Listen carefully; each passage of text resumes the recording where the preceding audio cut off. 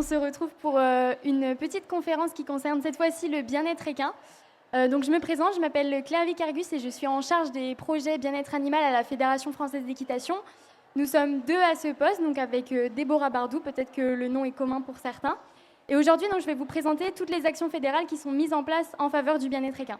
Alors, tout d'abord, je voulais replacer le bien-être animal en société. C'est devenu un sujet qui est majeur, qui prend de plus en plus d'ampleur.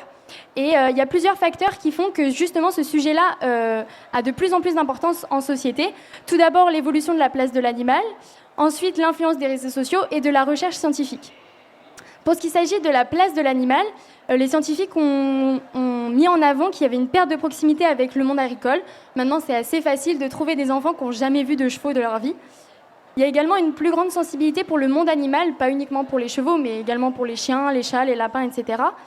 Et le cheval, il a un statut particulier dans notre société, puisque auparavant, c'était considéré comme un animal de travail, alors que maintenant, c'est plutôt un partenaire sportif, de loisirs ou encore de santé. Donc son statut a beaucoup évolué. Oups, ça bouge. Les réseaux sociaux, ils ont également une influence très importante sur ce sujet, puisque l'information, elle est diffusée très rapidement, notamment les images, les vidéos. Et quand elles sont positives, elles se diffusent. Par contre, quand elles sont négatives, elles se diffusent d'autant plus vite. Parfois, elles sont médiatisées à très grande échelle. Et la recherche scientifique, elle a également une importance de plus en plus majeure au niveau du bien-être animal, puisque les chercheurs et leurs sujets s'intéressent de plus en plus au bien-être animal, pas forcément que le cheval. Mais au niveau du cheval, ça nous permet d'avoir de nouvelles connaissances, ou en tout cas des connaissances qui sont actualisées, et d'avoir aussi des données sur son bien-être et comment l'améliorer. Et ces connaissances-là, elles sont aussi plus accessibles. Par exemple, on peut regarder une vidéo sur Internet d'un chercheur qui explique les résultats d'une étude, ou alors lire un article dans la presse. Toutes ces évolutions, elles ont permis de conduire à une remise en question des activités équestres. Aujourd'hui, il y en a certains qui ne tolèrent plus les activités équestres, notamment par toutes ces questions sociales et sociétales. Alors en science, on parle de la licence sociale justement pour remettre en question une activité.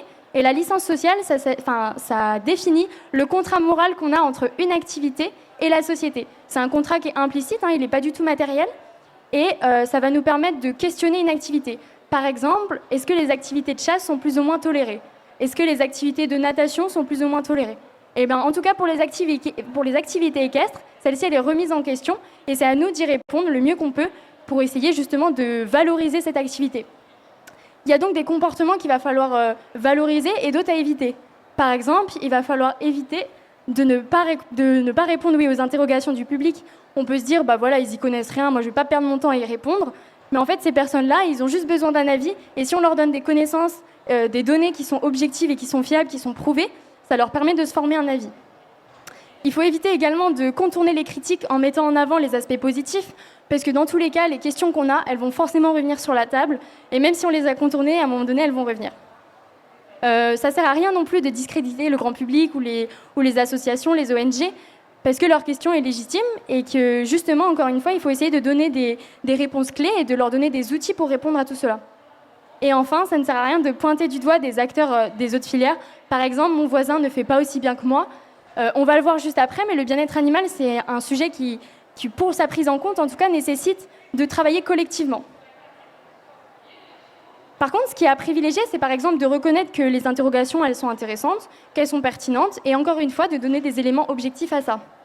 Si on n'a pas ces éléments objectifs, le mieux, c'est de s'entourer de professionnels ou de scientifiques qui vont nous permettre de répondre aux questions pour lesquelles nous, on n'est pas capable.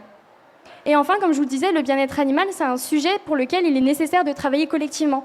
Tous les acteurs sont impliqués et tous les acteurs ont leur rôle à jouer pour pouvoir améliorer les pratiques sur le terrain. Quand je dis tous les acteurs, je parle des coachs, des enseignants, du staff fédéral, des officiels de compétition, des médias et encore des institutions comme la fédération. Elle a son rôle à jouer dans une meilleure prise en compte du bien-être animal. Et pour un petit point de contexte, encore une fois, le lien avec le cheval, c'est le premier critère qu'on a pour se diriger vers une structure. Un jour, vous êtes allé dans un centre équestre parce que vous vouliez la proximité avec l'animal, vous vouliez la proximité avec les chevaux. Et le bien-être animal, aujourd'hui, avec toutes les évolutions qu'on a vues en société, c'est aussi un critère qui est hyper important dans le choix d'une structure. Cette structure-là, par exemple, elle respecte mieux le bien-être animal, donc je vais plutôt me diriger vers celle-ci. Et c'est aussi un critère de fidélisation. Par exemple, je vais rester parce que je considère que le bien-être animal est très bien pris en compte dans cette structure. Et ce qui est intéressant, c'est que le programme Fidèle Équestre, qui a été mené il y a quelques années, a permis de mettre en évidence que 33% des pratiquants hors structure, ils ont été insatisfaits un jour des conditions qu'ils ont croisées dans les structures dans lesquelles ils sont allés, pour lesquelles ils ne vont plus. Et surtout, ils n'étaient pas d'accord avec la perception qu'il y avait du bien-être équin. Donc c'est à nous de travailler là-dessus pour essayer justement de les faire revenir, entre guillemets. Et donc la fédération, comme je vous disais, elle a son rôle à jouer et elle a plusieurs actions à différents niveaux. Je vais vous présenter quelques-unes.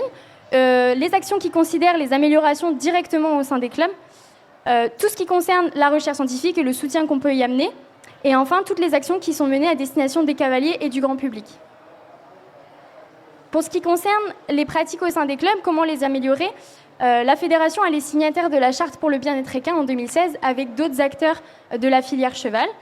Et cette charte-là met en avant plusieurs mesures pour améliorer la prise en compte du bien-être animal. Pour essayer de rendre ça plus effectif, un guide des bonnes pratiques a été rédigé avec des données qui sont bien plus terrain pour essayer de directement les mettre en œuvre sur le terrain. Et donc ce guide des bonnes pratiques a été rédigé en 2018 et validé par l'ANSES en 2021.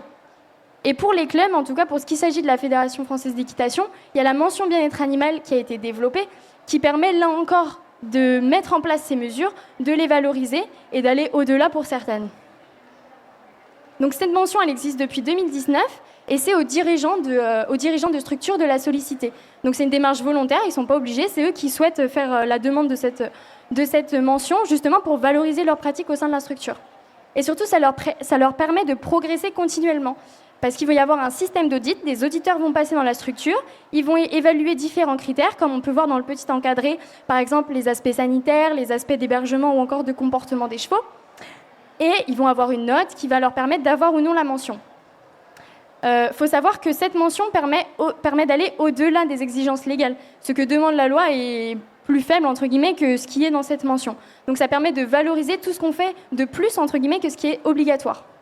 Et aujourd'hui, on a déjà 2500 clubs qui ont cette mention et qui la met en avant justement pour leurs cavaliers et pour leur clientèle. Ce qui est intéressant, c'est qu'avec cette mention, ils bénéficient d'un regard extérieur. Comme je vous disais, c'est un auditeur qui vient. Les auditeurs, c'est des professionnels de la filière. Ils ont été un jour, par exemple, dirigeants d'une structure. Et donc, ils ont une vision un petit peu plus ouverte. Ils voient d'autres structures et ils permettent de comparer et potentiellement de proposer des solutions. Et c'est ça qui est intéressant, c'est qu'ils vont mettre en avant qu'est-ce qui est déjà bien au sein de la structure, les points forts, mais surtout qu'est-ce qu'on pourrait améliorer en donnant des petits conseils. Et surtout, ce que je voulais souligner, c'est que l'évolution pour chaque structure, en tout cas avec cette mention, ça permet d'accompagner les structures depuis leur point de départ de là où ils sont. C'est-à-dire que peu importe de là où on part, il y a toujours des évolutions possibles pour améliorer les pratiques au sein du club.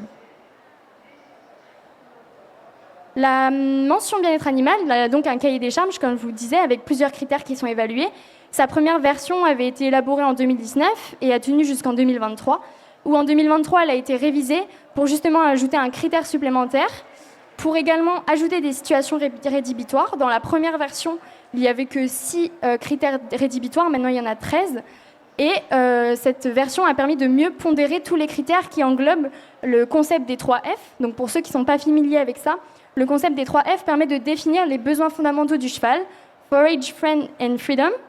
Donc forage, le fait de donner une alimentation riche en fibres en continu.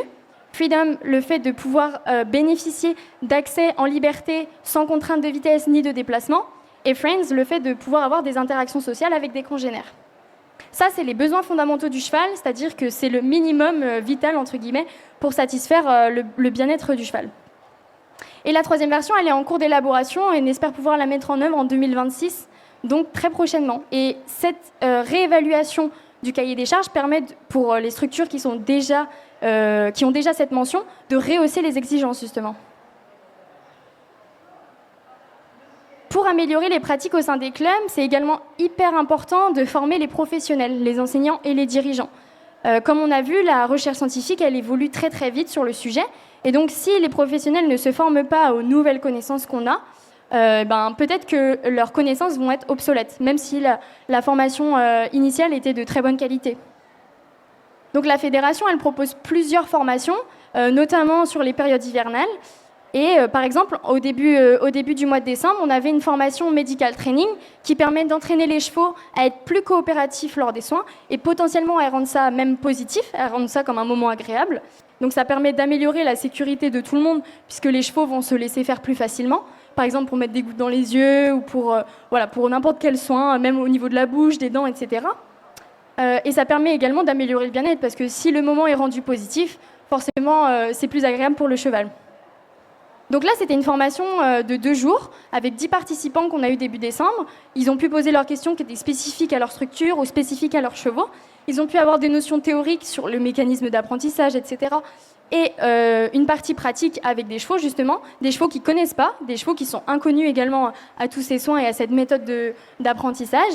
Et donc, ils ont pu se former directement et réintroduire ces données-là et ces connaissances au sein de leur structure. En janvier, on a également une formation qui concerne la gestion de l'alimentation. Elle s'est déjà déroulée en mai dernier et donc on a une deuxième session en janvier. C'est une formation qui va permettre de mieux comprendre la physiologie du comportement alimentaire du cheval, comment il digère, comment ça se passe au final dans son ventre, et surtout d'essayer de comprendre quels besoins il a réellement en fonction de son activité et surtout en fonction des contraintes potentiellement de la structure et des contraintes économiques. Parce que cette formation-là, elle va permettre de mettre en avant toutes les données et toutes les solutions technico-économiques qui sont possibles pour votre structure. Et c'est notamment possible d'amener des petites étiquettes de vos compléments et d'essayer de les analyser tous ensemble pour voir si ça correspond à vos chevaux. Donc ça, c'est une formation qui se déroule le 19 et 20 janvier au Parc équestre fédéral. Et pour les formations, on a souvent des contraintes de temps, évidemment. Hein. C'est pas toujours facile de pouvoir avoir un petit peu de temps pour pouvoir se former, notamment sur 2 jours. Des contraintes de déplacement. Les 2 formations que je vous présente, elles ont lieu au Parc équestre fédéral, mais il y en a également qui se développent en région. Et parfois, il y a la contrainte financière. Sachez qu'aujourd'hui, il y a énormément de financement en fonction de votre situation. Il y a des financements Vivea, des financements Ocapiat, etc. Et à la fédération, on a un service dédié à toute la formation, le service formation, qui pourra répondre à vos questions et vous aider dans la recherche de financement, par exemple. La fédération, elle soutient également des projets scientifiques. Par exemple, le projet de Zigna-Guitin, c'était une thèse qui questionnait les relations cheval-humain au sein des collectifs de travail dans les sports équestres de haut niveau. Donc, elle s'est intéressée aux relations qu'il y a entre les humains, entre les grooms et le cavalier, par exemple, et entre les humains et le cheval, pour essayer de voir comment tout ça pouvait être une composante du bien-être au sein de l'équipe, et surtout comment ça pouvait être un levier de la performance. Il y a également le projet Happy Athlete, que vous avez peut-être déjà entendu. C'est un projet qui vient de se clôturer, qui était mené par Romane Philippon, une thèse de 3 ans, qui s'est intéressée à identifier des indicateurs d'émotions positives chez le cheval monté de haut niveau. Il faut savoir que dans la recherche scientifique, on s'est beaucoup axé sur l'absence de mal-être. Et là, cette thèse-là, elle permettait au contraire de mettre en avant des signaux de bien-être. Et surtout chez le cheval monté. Alors du coup, je vais vous présenter quelques résultats de la thèse de Romane. Premièrement, elle s'est intéressée, comme je vous le disais, aux chevaux de très haut niveau. Et notamment, elle s'est intéressée à qu'est-ce qui était vraiment des facteurs de bien-être pour eux en fonction de leurs conditions de vie qui sont particulières. Ces chevaux-là, ils voyagent beaucoup, par exemple. Donc potentiellement, c'est compliqué d'avoir un groupe stable de congénères. Et donc, elle a essayé de savoir qu'est-ce qu'étaient les vrais 3 facteurs qui leur permettaient d'améliorer leur bien-être au quotidien. Et elle s'est rendue compte que c'était également le concept des 3 F, donc comme je vous ai présenté, Forage, Friend and Freedom, qui permet d'améliorer leur bien-être malgré leurs conditions de vie particulières. Et ce qui est intéressant de souligner, c'était que cet accès aux 3 F, il est compatible avec la performance sportive.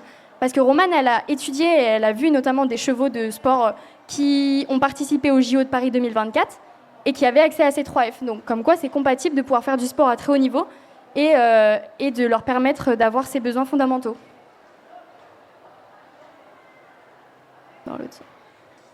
Elle s'est également intéressée aux expressions faciales.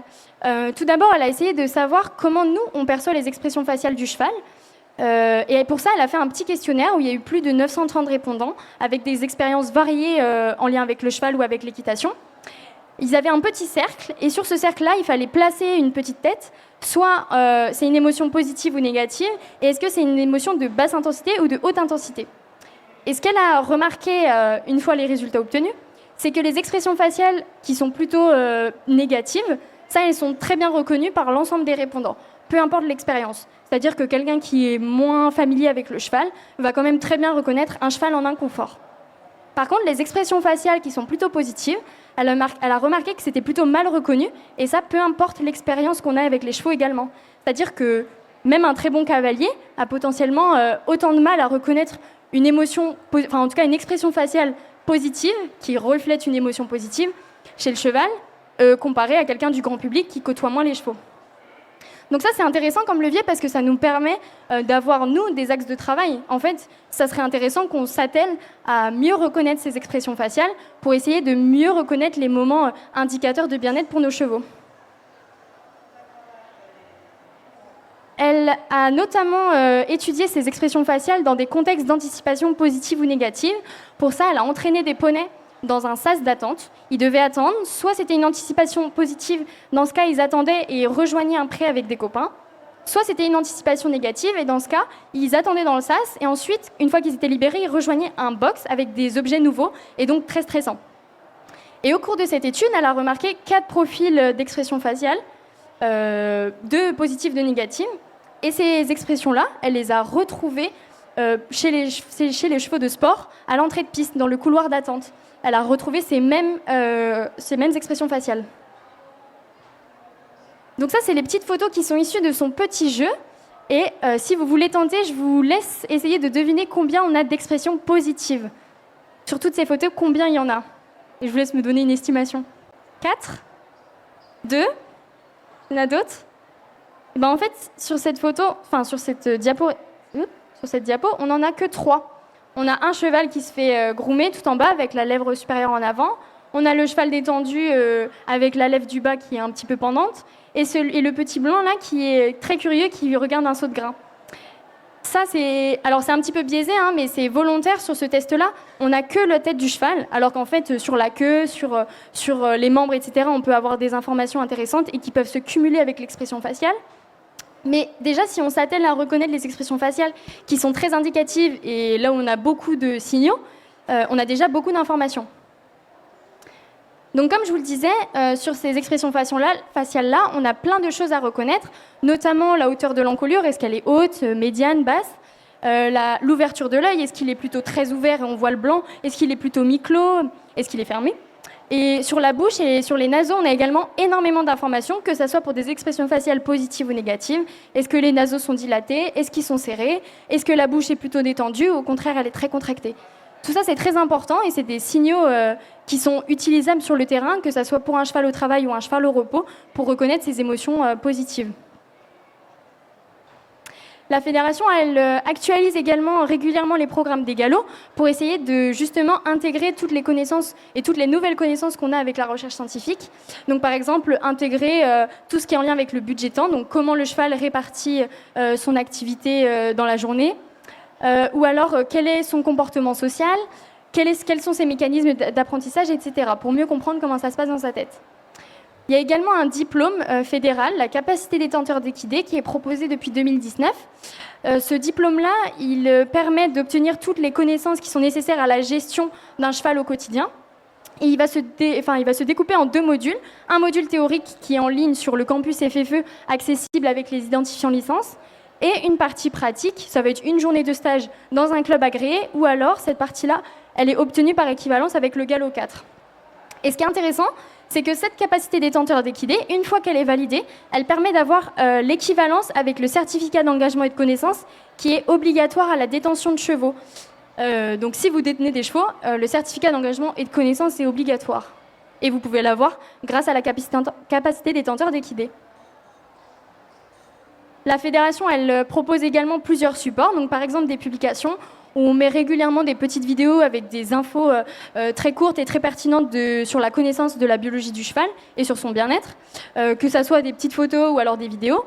Et depuis peu, on a également des panneaux pédagogiques qui ont été mis à disposition des dirigeants qui permettent de découper et de vulgariser la définition scientifique du bien-être animal en l'adaptant évidemment au bien-être équin, avec un panneau qui est également dédié à la relation humain-cheval, comment la rendre plus positive, et une qui est axée uniquement sur les besoins fondamentaux, donc le concept des 3 F comme je vous ai présenté.